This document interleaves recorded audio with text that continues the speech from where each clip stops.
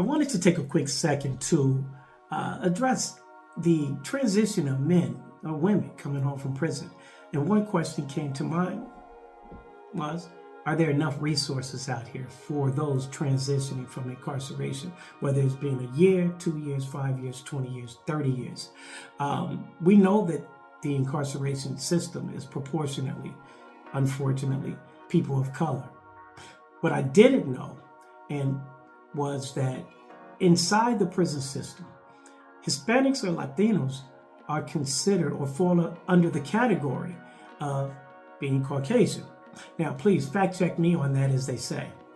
But I guess that is to increase the population of Caucasian America, white Americans, so that it won't seem too egregious and just obviously outrageously disproportionate.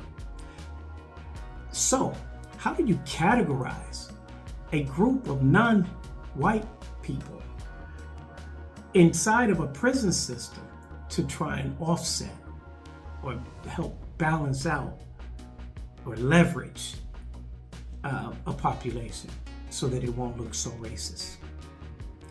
And are we fed the actual tools to help us transition back into the community so that recidivism can be decreased? Now, personally, my own take on that is I had to take matters into my own hands. I suggest that when I do speak, that don't leave it up to the prison industry or the system to provoke your change. Your change has to be provoked by you. That's my point.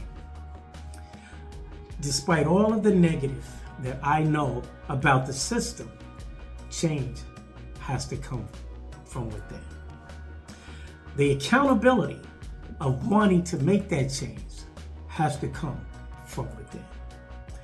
All of the other factors are true. We may have a lack of resources. We may have a lack of interaction. We may have a lack of opportunities, because that tagline of felon follows you for the rest of your life.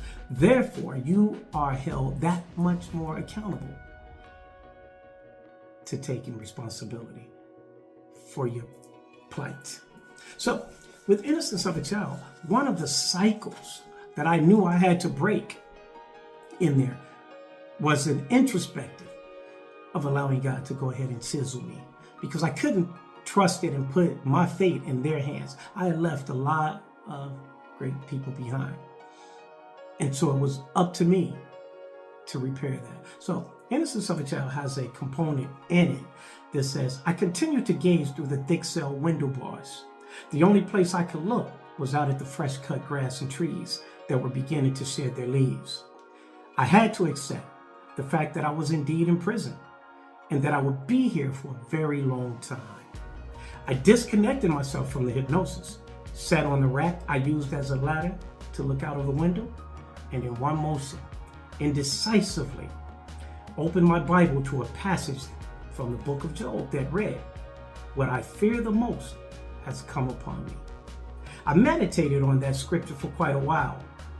There was no doubt that I felt abandoned. I had left everyone and everything that held importance in my life behind.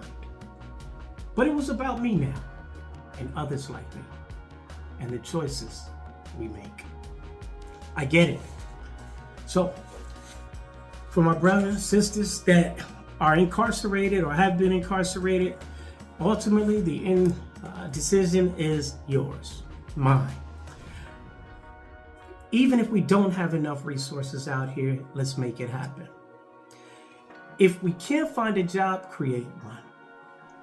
If you can't find an opportunity, make one. We have to be all the more creative into dismantling and dispelling any decisions or excuses, because your loved one depends on you. The next generation has to depend on you to break that cycle, whatever that may be. So psychologically, emotionally, it's up to us. to decide how far do we go. What's your next move? This is chess. Let's play it. Be blessed.